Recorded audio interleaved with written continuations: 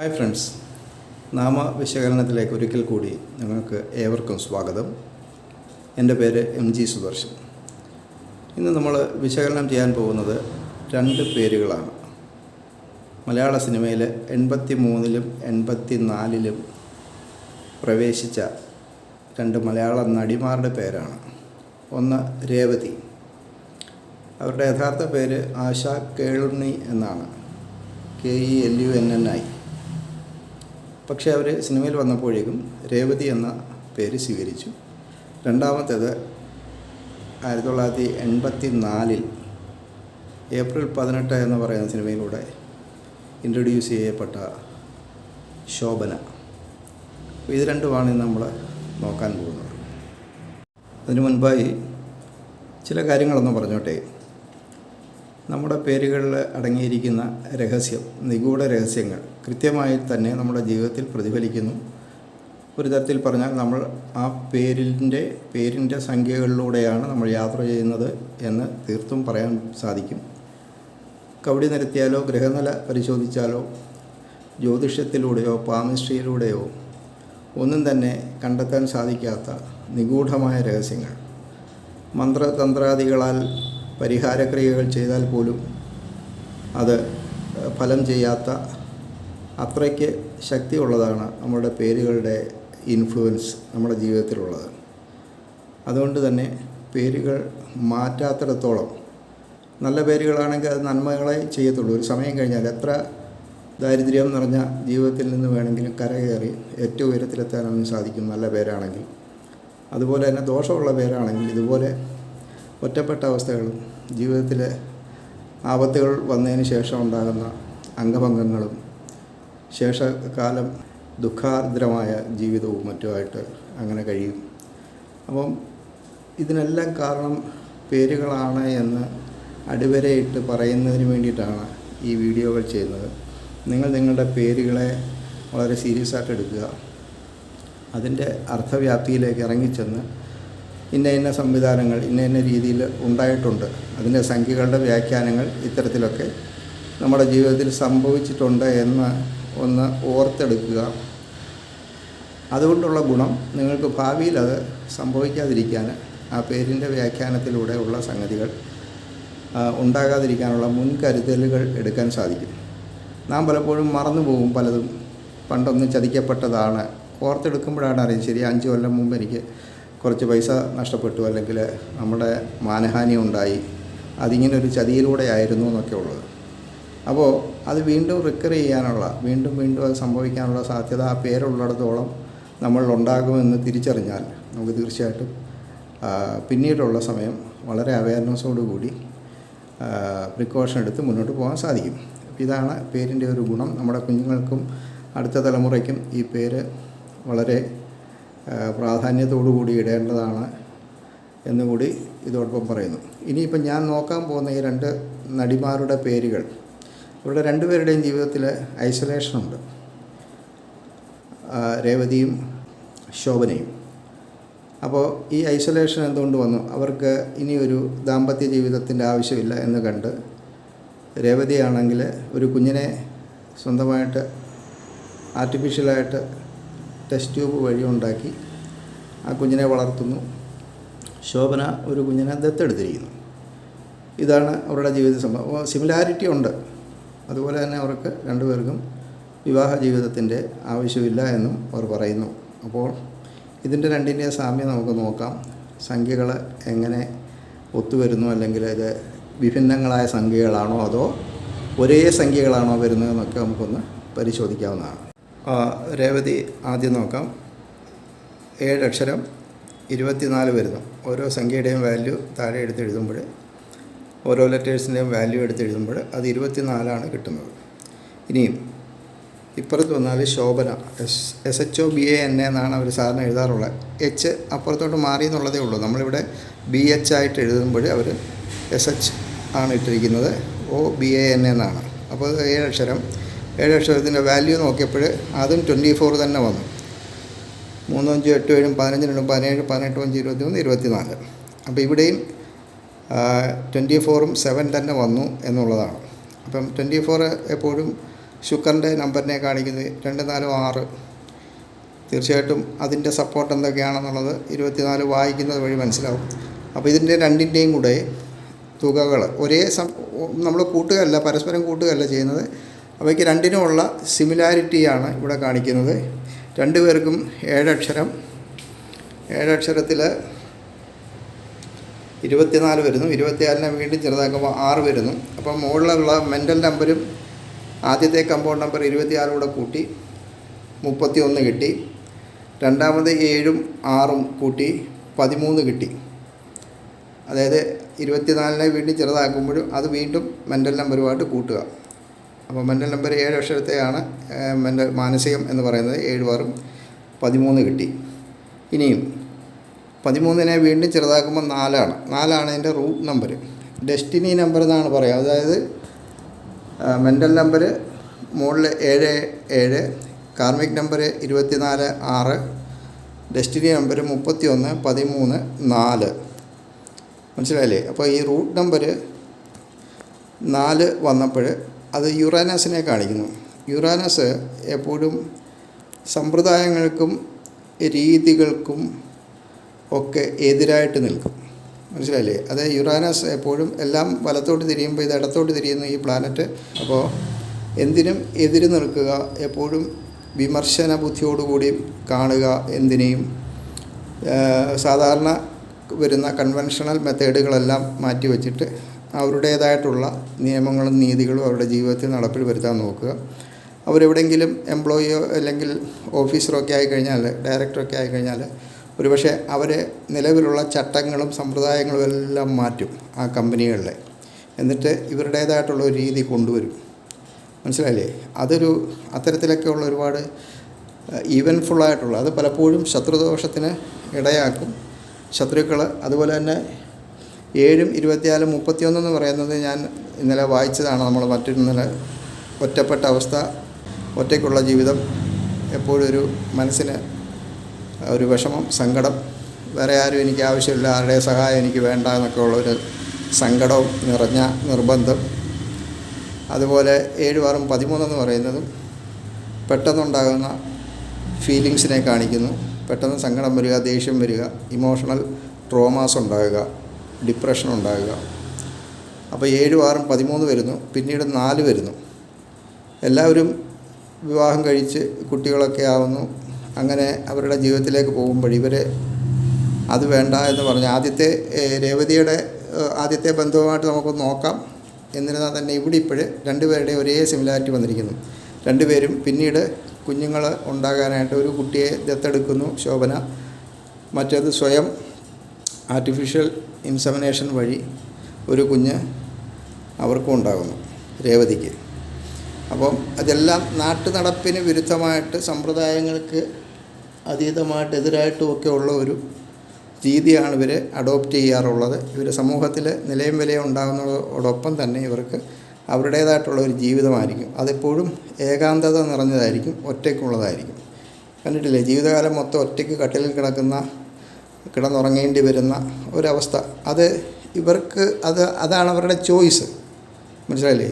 മറ്റുള്ളവർക്ക് ആശ്രയിച്ച് കഴിയേണ്ടടുത്ത് ഇവർക്കത്, കാരണം ഈ 31 13 4 ഒക്കെ അവസാന നിമിഷമാണ് ഇതൊക്കെ ഫലത്തിൽ വരുന്നതെങ്കിലും ഇപ്പോൾ ആരോഗ്യവും കഴിവും സ്കില്ലും ഇഷ്ടംപോലെ കുട്ടികളും പഠിപ്പിക്കാനൊക്കെ ഉള്ളതുകൊണ്ടൊക്കെ എപ്പോഴും ഒരു തിരക്കുള്ള ജീവിതമായിട്ട് ഒരുപാട് പ്രോഗ്രാംസും ഒക്കെ ഉണ്ട്. അപ്പോൾ അതുകൊണ്ടൊക്കെ ഇവർ പഠിപ്പിക്കാനൊക്കെ ഉള്ള ആ ഒരു തിരക്കിൽ ജീവിക്കുമ്പോൾ ഇതൊന്നും ഓർക്കത്തില്ല. പക്ഷെ ഒരു സമയം കഴിയുമ്പോഴേക്കും ഇവർ പതുക്കെ ഐസൊലേഷനിലേക്ക് പോകും. അതിപ്പോൾ ഇവരോട് പറഞ്ഞാൽ ഇവർക്ക് മനസ്സിലാവില്ല. ഇത് നമ്മൾ മനസ്സിലാക്കിയെടുക്കേണ്ടതാണ് പേരുകൾക്ക്. അപ്പോൾ 24ഉം 7ഉം 31 വന്നതും 13 വന്നതും 4 വന്നതുമായിട്ടുള്ള ഡെസ്റ്റിനി ആ വിധിയിലേക്കാണ്, ഒറ്റപ്പെട്ട അവസ്ഥയിലേക്കാണ് അവരെ കൊണ്ടുപോകുന്നത്. ഇപ്പോൾ കർമ്മത്തിൽ 24ഉം 6ഉം വന്നിരിക്കുന്നത് ശുക്രനാണ്. അതിൻ്റെ ഒരു 24ൻ്റെ ഇത് നമുക്ക് വായിക്കാം, 6ൻ്റെയും വായിക്കാം. അപ്പോൾ നിങ്ങൾക്ക് കർമ്മരംഗത്ത് ഇവരെന്താണ് ചെയ്യുന്നത്, എങ്ങനെയാണെന്നുള്ളത് കൃത്യമായിട്ട് അവരുടെ പേരിലൂടെയാണ് ഇത് നടന്നതെന്നുള്ളത് നിങ്ങൾക്ക് ബോധ്യപ്പെടും. നമ്പർ 24. ഈ നമ്പർ ശുഭകരവും ഭാഗ്യദായകവുമാണ്. വ്യക്തി ചെയ്യാൻ ആഗ്രഹിക്കുന്ന പദ്ധതികൾക്ക് ഉയർന്ന പദവി അലങ്കരിക്കുന്നവരുടെ സഹായം, തുണ, അനുഗ്രഹം, കൂട്ടുകെട്ട്, സൗഹൃദം ഒക്കെ ലഭിക്കും. സ്ത്രീക്ക് പുരുഷനിൽ നിന്നോ പുരുഷൻ സ്ത്രീയിൽ നിന്നോ, ഇവിടെ സ്ത്രീയാണല്ലോ, പരസ്പരം സ്നേഹത്തിലൂടെ ലാഭം നേട്ടം ഉണ്ടാകും. ഭാവി കാര്യങ്ങൾക്ക് നമ്പർ 24 വളരെ സഹായകരമാണ്. നമ്പർ 24 ഒരു ശുഭകരമായ നമ്പറാണ്. ഇത് വ്യക്തിക്ക് ഉയർന്ന പദവിയിൽ ഉള്ളവരുടെയോ സ്ത്രീക്ക് പുരുഷനിൽ നിന്നോ പുരുഷൻ സ്ത്രീയിൽ നിന്നോ സഹായവും അനുഗ്രഹവും പരിലാളനവും സംരക്ഷണവും വാഗ്ദാനം ചെയ്യുന്നു.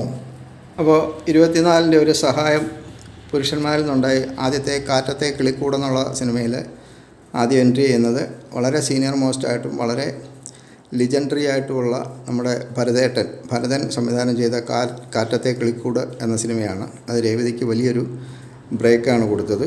പിന്നീട് അവർക്ക് ആ ഒരൊറ്റ പടത്തിലൂടെ അവർ ശ്രദ്ധിക്കപ്പെട്ടു എന്നുള്ളതാണ്. രണ്ടാമത് ഏറ്റവും സീനിയർ മോസ്റ്റായിട്ടുള്ള ബാലചന്ദ്ര മേനോൻ സാറിൻ്റെ ഏപ്രിൽ 18 എന്ന് പറയുന്ന സിനിമയിലൂടെയാണ് ശോഭന അരങ്ങേറ്റം കുറിക്കുന്നത്. അതും ഏറ്റവും വലിയൊരു ബ്രേക്കായിരുന്നു അവർക്ക്. ഇത് രണ്ടുപേരും ഈ 2 പടങ്ങളിലൂടെയും നായക സ്ഥാനത്തേക്ക് അവരോധിക്കപ്പെട്ടു എന്നുള്ളതാണ്. സോ ഇതാണ് ഉയർന്ന ആൾക്കാരുടെ മേലധികാരികളുടെയൊക്കെ സഹായം ലഭിക്കുക എന്ന് പറയുന്നത് 24-ൻ്റെ ഒരു ഗുണമാണ്. അത് എല്ലാവർക്കും കിട്ടുന്ന ഭാഗ്യമല്ല.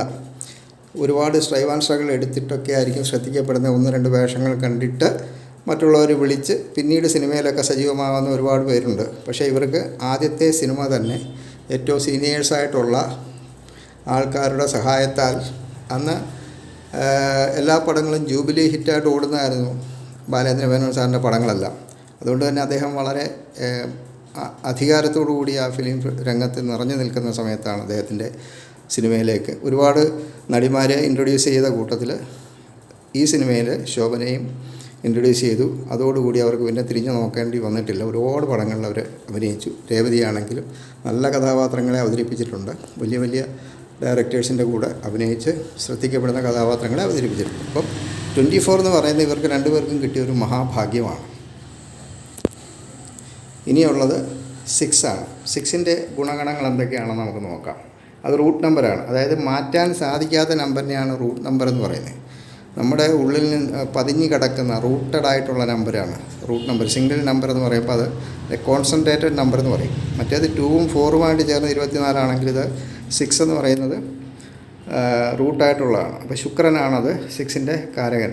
അപ്പോൾ ശുക്രൻ എങ്ങനെയാണ് ഇവരുടെ ജീവിതത്തിൽ അതിൻ്റെ ക്വാളിറ്റീസൊക്കെ ഒന്ന് വായിച്ച് പോകാം. ഓക്കെ. നമ്പർ 6 ശുക്രൻ. നമ്പർ 6കാർ അങ്ങേയറ്റം ആകർഷകത്വമുള്ളവരാണ്. മറ്റുള്ളവരെ അവർ തന്നിലേക്ക് ആകർഷിക്കാറുണ്ട്. തങ്ങളുടെ കീഴിലുള്ളവരുടെ സ്നേഹവും ആരാധനയും പിടിച്ചു പറ്റാൻ അവർക്ക് പലപ്പോഴും സാധിക്കാറുണ്ട്. തീരുമാനിച്ച പദ്ധതികൾ നടപ്പിൽ വരുത്താൻ അവർക്ക് വളരെ നിശ്ചയദാർഢ്യം ഉണ്ടായിരിക്കും. യഥാർത്ഥത്തിൽ വളരെ നിർബന്ധ ബുദ്ധിയുള്ള മർക്കടമുഷ്ടിയുള്ള ആർക്കും വഴങ്ങാത്ത പ്രകൃതമാണ് 6കാർക്കുള്ളത്. പക്ഷേ തനിക്ക് വളരെ ഇഷ്ടവും മാനസിക ബന്ധവും ഒക്കെ ഉള്ളവരോട്, മമതയുള്ളവരോടൊക്കെ നേരെ തിരിച്ചുമായിരിക്കും. അവർക്ക് ഒരു തരത്തിൽ പറഞ്ഞാൽ ഇവരെല്ലാം പാവങ്ങളാണ്. പാവം എന്ന് പറയുമ്പം മനസ്സുകൊണ്ട് വളരെ എല്ലാവരോടും ദയ. കാരണം അതിന് കുഞ്ഞിനെ ദത്തെടുക്കുക എന്ന് പറയുന്നതൊക്കെ നിസ്സാര കാര്യമല്ല. അതുപോലെ തന്നെ മറ്റൊരു കുഞ്ഞിനെ വളർത്തേണ്ടുന്ന ഒരവസ്ഥ, ആ വളർത്താനുള്ളൊരു മാനസികാവസ്ഥ, തീർച്ചയായിട്ടും അതൊക്കെ വിലമതിക്കപ്പെട്ടതാണ്. അതുപോലെ സ്നേഹബന്ധങ്ങളും ഒക്കെ അവർക്ക് ആവശ്യമാണ്. പക്ഷേ ഈ ഒരു 31 ഡെസ്റ്റിനി വന്നതാണ് അവരെ കൊണ്ട് ഇതിനെല്ലാം എതിരെ നിൽക്കുക. പിന്നെ അതുപോലെ സ്നേഹബന്ധങ്ങളിൽ വളരെ ഭാവനാപരവും ആശയപരവും റൊമാൻറ്റിക് ആൻഡ് ഐഡിയൽ മേന്മയേറിയതുമായ ഒരു ഇടപെടലാകും നമ്പർ 6കാരുടെ ഭാഗത്തു നിന്നുണ്ടാകുക. എന്നാൽ ശുക്രൻ്റെ സ്വാധീനം ശക്തമാണെങ്കിൽ അവർ സൗന്ദര്യമുള്ളവയെ വളരെ ഇഷ്ടപ്പെടും. തൻ്റെ ഭവനത്തിന് കലാചാതുര്യം വർദ്ധിപ്പിക്കുക, കടുത്ത നിറങ്ങളെ ഇഷ്ടപ്പെടുക, ചിത്രരചന, പെയിൻറ്റിങ്, പ്രതിമ നിർമ്മാണം, സംഗീതം, നൃത്തം, ചടുലതാളം. മനസ്സിലായില്ലേ? ശോഭനയും രേവതിയും ഒരുപോലെ ചെയ്യുന്നതാണ് രംഗത്ത്. ചടുലതാളം എന്ന് പറയുമ്പോൾ തന്നെ മൃദംഗത്തിൻ്റെയും ഒക്കെ ആ താളത്തിനൊത്ത് നൃത്തം ചെയ്യുക, ചുവടുകൾ വയ്ക്കുക എന്നിവയിലൊക്കെ ഏറെ അഭിരുചി കാണിക്കും. മനസ്സിലായില്ലേ? അപ്പോൾ ഈ പറയുന്ന ഇതിലൊക്കെ കലാചാതുര്യത്തിൽ ഏറ്റവും കൂടുതൽ അവരിഷ്ടപ്പെടുന്നത് നൃത്തം, ചടുലതാളം, അതുപോലെ ആക്ടിങ് ഒക്കെയാണ്. അവർക്ക് ഭാവനാപരമായിട്ടുള്ള റൊമാൻറ്റിക് ആൻഡ് ഐഡിയൽ മനസ്സാണുള്ളത്. അതുകൊണ്ട് തന്നെ എല്ലാത്തിനും ഒരു ആദർശവാദവും. ഈ ശുക്രൻ സത്യത്തിൽ ഒരു ഒരു അമ്മയുടെ സ്ഥാനത്താണ്. ശുക്രൻ എപ്പോഴും മറ്റുള്ളവരെ സ്നേഹിക്കുകയും ഇഷ്ടപ്പെടുകയും ചെയ്യുന്ന ഒരു മദർലി നേച്ചറാണ് എന്നുള്ളത് പ്രത്യേകം പറയുകയാണ് ഇവിടെ. കാരണം അവർക്ക് അങ്ങനെയാണ്, അല്ലാതെ വെറും ഒരു പെട്ടെന്ന് കാണുമ്പോൾ ഉണ്ടാകുന്ന ഒരു റൊമാൻസ് അല്ല, മറിച്ച് അവരോടൊരു ആത്മാർത്ഥതയും ഒരു അമ്മയുടെ സ്ഥാനത്ത് നിന്നുള്ള ഒരു സ്നേഹവും മാതൃസ്നേഹമൊക്കെയാണ് അവർ കൂടുതലും കൊടുക്കാറുള്ളത്. അപ്പം സമ്പന്നരാണെങ്കിൽ ആറുകാർ കലയോടും കലാകാരന്മാരോടും മഹാമനസ്കതയും ഔദാര്യവും കാണിക്കാറുണ്ട്. കാരണം ഒരുപാട് പേര് ഇവരുടെ ഡാൻസ് ട്രൂപ്പിലൊക്കെ ഉണ്ട്. അവർക്കെല്ലാം ഒരു തൊഴിലും വരുമാനമൊക്കെ ആകാൻ ഇവർ കാരണക്കാരാകുന്നു എന്നുള്ളതാണ്. തൻ്റെ സുഹൃത്തുക്കളെ സൽക്കരിക്കാനും സന്തോഷിപ്പിക്കാനും അവർക്ക് വലിയ ഇഷ്ടമായിരിക്കും. അതൊക്കെ ഉണ്ട്. നമ്മൾ എല്ലാവരോടും ഇവർ ആ ഒരു രീതിയിലാണ് കാണിക്കുന്നത്, അല്ലാതെ ഒരു ഇടുങ്ങിയ ചിന്താഗതിക്കാർ അല്ല എന്നുള്ളതാണ്. പക്ഷേ നിർബന്ധ ബുദ്ധിയും മർക്കടപുഷ്ടിയും ഉണ്ട്. അതുകൊണ്ടാണ് ഇന്നും അവർ ആ ഒരു രംഗത്തും പലരും സ്വാധീനിക്കുന്നുണ്ടാകാം തെറ്റായ വഴിയിലൂടെയൊക്കെ. പക്ഷേ അതിനൊന്നും അവർ വഴങ്ങാതെ ആ ഒരു മർക്കടമുഷ്ടിയോടുകൂടി നിൽക്കുന്നതുകൊണ്ടാണ് ഇന്ന് അവർ ശുദ്ധ മനസ്സിനുടമയായിട്ട് ഇരിക്കുന്നത്. മറ്റുള്ളവർ തങ്ങളെ ഇഷ്ടപ്പെടുന്നതിന് വേണ്ടി നമ്പർ 6കാർ ശ്രമിച്ചുകൊണ്ടേയിരിക്കും. എന്നാൽ അസൂയ, കുശുമ്പ്, സ്പർദ്ധ, കലഹം എന്നിവയ്ക്ക് വേണ്ടി നിലകൊള്ളാൻ അവരെ കിട്ടില്ല. കോപം വന്നാൽ എതിരാളികളോട് പൊറുക്കാൻ നമ്പർ 6കാർ തയ്യാറായെന്ന് വരില്ല. ധാർമ്മികതയൊക്കെ മാറ്റിവെച്ച് അവസാന നിമിഷം വരെ അവരുമായി ഫൈറ്റ് ചെയ്യുകയും ചെയ്യും. സമാധാനം, ശാന്തി, യോജിപ്പ്, സഹകരണം കൂടാതെ സൗന്ദര്യബോധം, അലങ്കാരം, പൂക്കൾ, നറുമണം, സ്ത്രീ പുരുഷ പരസ്പര ആകർഷകത്വം എന്നിവയെ നമ്പർ 6 പ്രതിനിധീകരിക്കുന്നു. അവർ മനോവികാരങ്ങളാൽ ഭരിക്കപ്പെടുന്നവരാണ്. ഉയർന്ന തലത്തിൽ വ്യക്തിയുടെ അടിസ്ഥാന സ്വഭാവങ്ങൾ ഉത്കൃഷ്ടമാവുകയും കാവ്യാത്മകതയ്ക്കും പരിശുദ്ധ പ്രണയത്തിനും വേണ്ടി നിലകൊള്ളുകയും ചെയ്യും. മനസ്സിലായില്ലേ? അപ്പോൾ ഇവർ ഉത്കൃഷ്ടമായ മാനസിക ഉടമസ്ഥരായതുകൊണ്ട് അവരുടെ കലയെയാണ് അവർ ഏറ്റവും കൂടുതൽ പ്രണയിക്കുന്നത്.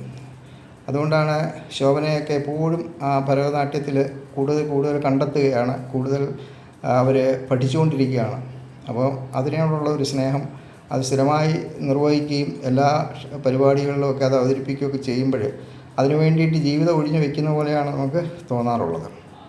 ശുക്രസ്വാധീനത്തിൻ്റെ നല്ല വശങ്ങൾ: കുടുംബജീവിതം, നല്ല ഭവനം, ശാന്തി, സമാധാനം, ഐക്യം, ചേർച്ച, സേവനോന്മുഖത, സ്ഥിരത. അപ്പം ഇതെല്ലാം പുരുഷനോടുള്ള ആകർഷകത്വമൊക്കെ വരേണ്ടുന്നതാണ്. പക്ഷേ എന്തുകൊണ്ടിത് സംഭവിച്ചില്ല എന്നുള്ളത് നമുക്ക് ഡെസ്റ്റിനിയിലൂടെ കണ്ടെത്താം. ഇവിടെ ഡെസ്റ്റിനി വന്നിരിക്കുന്നത് വളരെ ദോഷപ്പെട്ടായതുകൊണ്ടാണ്. ഇല്ലായിരുന്നുവെങ്കിൽ ഈ പറയുന്ന ശുക്രൻ എപ്പോഴും സ്ത്രീക്ക് പുരുഷനും പുരുഷൻ സ്ത്രീയും വഴി ഗുണമുണ്ടാകേണ്ടതാണ്. പക്ഷേ ഇവിടെ വന്നപ്പോൾ ഡെസ്റ്റിനി വന്നു.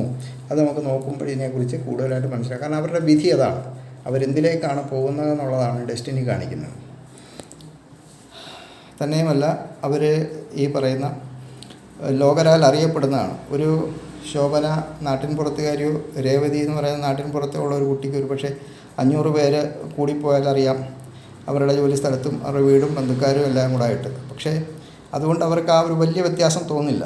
പക്ഷേ ഇവരങ്ങനെയല്ല, ലോകരാൽ അറിയപ്പെടുന്നതുകൊണ്ട് ആ വാക്കുകളുടെ, ആ പേരുകളുടെ സ്വാധീന ശക്തി ഭയങ്കര ടഫായിരിക്കും, ഭയങ്കര പവർഫുള്ളായിരിക്കും. അപ്പോൾ അത് കൊള്ളാവുന്നതാണെങ്കിൽ അവരെ ഏറ്റവും ഉയർത്തി, ഇപ്പോൾ 24 കർമ്മത്തിൽ വന്നപ്പോൾ, കാർമ്മിക നമ്പർ 26 വന്നപ്പോൾ കണ്ടില്ലേ, അവർ ഏറ്റവും ഉയരത്തിലാണ്. നൃത്തത്തിൻ്റെ കാര്യത്തിലും കലാപരമായുള്ള കാര്യത്തിലും എല്ലാം അവർ ഏറ്റവും ഉയരത്തിലാണ്. ഒരിക്കലും വിസ്മരിക്കാൻ പറ്റാത്ത മണിച്ചിത്രത്താഴിൻ്റെ ക്ലൈമാക്സും ഒക്കെ നമുക്ക് ഒരിക്കലും മറക്കാൻ പറ്റില്ല. അപ്പം അതുപോലെ വളരെ സമുദ്രം പോലെ അഗാധമാണ് അവരുടെ ഫീലിങ്ങുകളും. അവർക്കതെല്ലാം ഉൾക്കൊള്ളാൻ സാധിക്കുന്നു എന്നുള്ളതാണ്. മനസ്സിലായില്ലേ? പക്ഷേ അതിനെല്ലാം പറ്റിയതായിരുന്നു ശുക്രൻ വിവാഹ ജീവിതത്തിനും എല്ലാം. പക്ഷേ ഇവിടെ ഡെസ്റ്റിനി നമ്പറായിട്ട് വന്നതാണ് കുഴപ്പം വന്നത്. അത് നമുക്ക് നോക്കാം. അതിന് മുമ്പായിട്ട് കുറച്ചുകൂടെ വായിക്കാനുള്ളത്, നമ്പർ 6കാർ വളരെ ഉറച്ച മനോഗതിക്കാരാകയാൽ കർമ്മപഥത്തിൽ നിന്ന് അവർക്ക് നിഷ്പ്രയാസം വ്യതിചലിക്കാൻ കഴിയില്ല. അതുകൊണ്ടാണ് ഇന്നും അതേ കർമ്മം തന്നെ അവർ തുടർന്ന് പോയിക്കൊണ്ടിരിക്കുന്നു. സൗന്ദര്യവും ചേർച്ചയും അവർ ഇഷ്ടപ്പെടുന്നു. വളരെ ആകർഷകത്വമുള്ള ചുറ്റുപാടിലും ആളുകൾക്കിടയിലും കഴിയാൻ അവർ ആഗ്രഹിക്കുന്നു. സിനിമാ രംഗം പൊതുവേ അതാണല്ലോ, നല്ല വസ്ത്രധാരണം. നമ്മളെപ്പോഴും അവരെ ആകർഷകത്വമുള്ള വസ്ത്രത്തിലാണ് കാണാറുള്ളത്. കാരണം നൃത്തമാണ് കൂടുതലും അവരുടെ പരിപാടികളെല്ലാം. സുഗന്ധദ്രവ്യങ്ങൾ, സംഗീതം, ആഡംബരം, ഭാവനാ സൃഷ്ടികൾ, ഇതെല്ലാം വിവിധങ്ങളായിട്ടുള്ള ശുക്രൻ്റെ സ്വഭാവങ്ങളെയാണ് കാണിക്കുന്നത്. പിന്നെ ആർട്ടിസ്റ്റിക് ആൻഡ് മ്യൂസിക്കൽ ഉദ്യമങ്ങൾ ഒക്കെ നമ്പറുകാർ, ഈ 6കാർക്ക് വളരെ നല്ലതാണ്.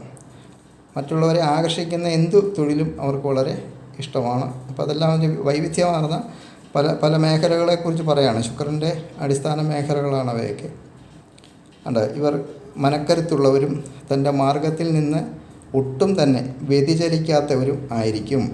നല്ല ഭംഗിയും രൂപ സൗന്ദര്യവും ആഗ്രഹിക്കുന്ന ഇക്കൂട്ടർ ആകർഷകത്വമുള്ള വ്യക്തികളോടൊപ്പം അത്തരം ചുറ്റുപാടിൽ കഴിയാൻ ആഗ്രഹിക്കുന്നവരാണ്.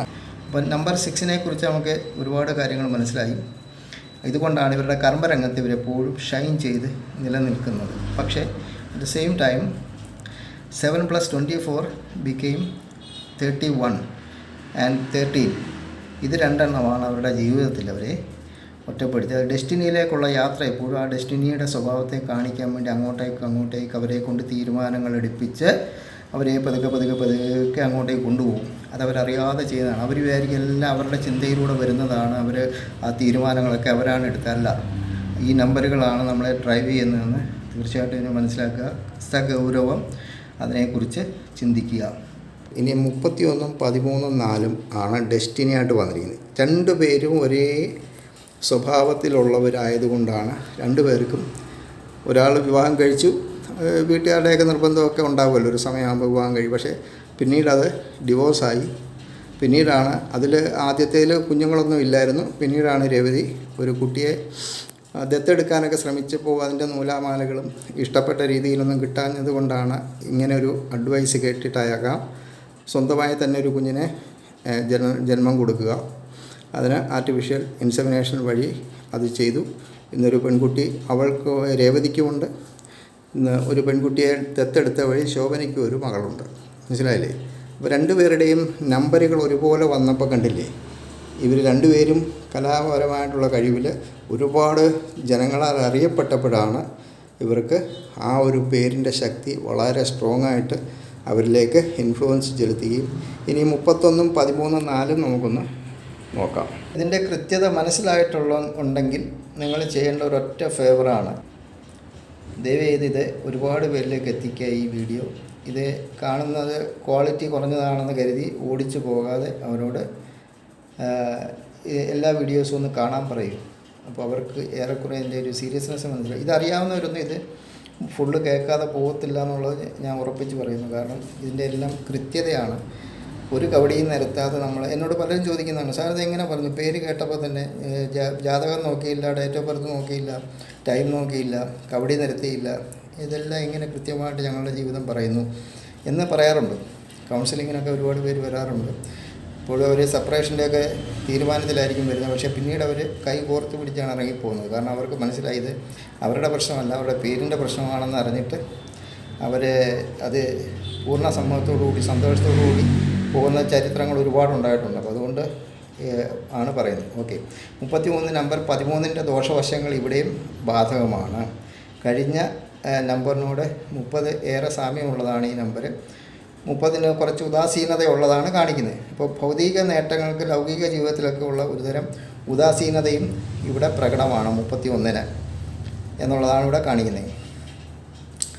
അതുപോലെ തന്നെ 31 ക്രമേണ ബന്ധുമിത്രാദികളിൽ നിന്ന് വേർപെട്ട് ഒറ്റപ്പെട്ട ജീവിതം നയിക്കുന്നതായി കാണാം. നേരത്തെ വിവാഹിതരായവർ പിന്നീട് ആ ബന്ധം വേർപെടുത്തിയും തന്നെ നിരന്തരം അലട്ടിക്കൊണ്ടിരിക്കുന്ന രോഗത്തിൻ്റെ പേരിലോ വ്യക്തിപരമായ മറ്റു പ്രശ്നങ്ങളുടെ പേരിലോ ഈ ജന്മം ഒരു വിവാഹബന്ധം വേണ്ട എന്ന് വയ്ക്കുന്നവരും ഇക്കൂട്ടത്തിൽ കണ്ടുവരാറുണ്ട്. ഭൗതിക നേട്ടങ്ങളുടെ കാഴ്ചപ്പാട് ഇതൊരു ശുഭസൂചകമായ നമ്പർ ആയിരിക്കില്ല.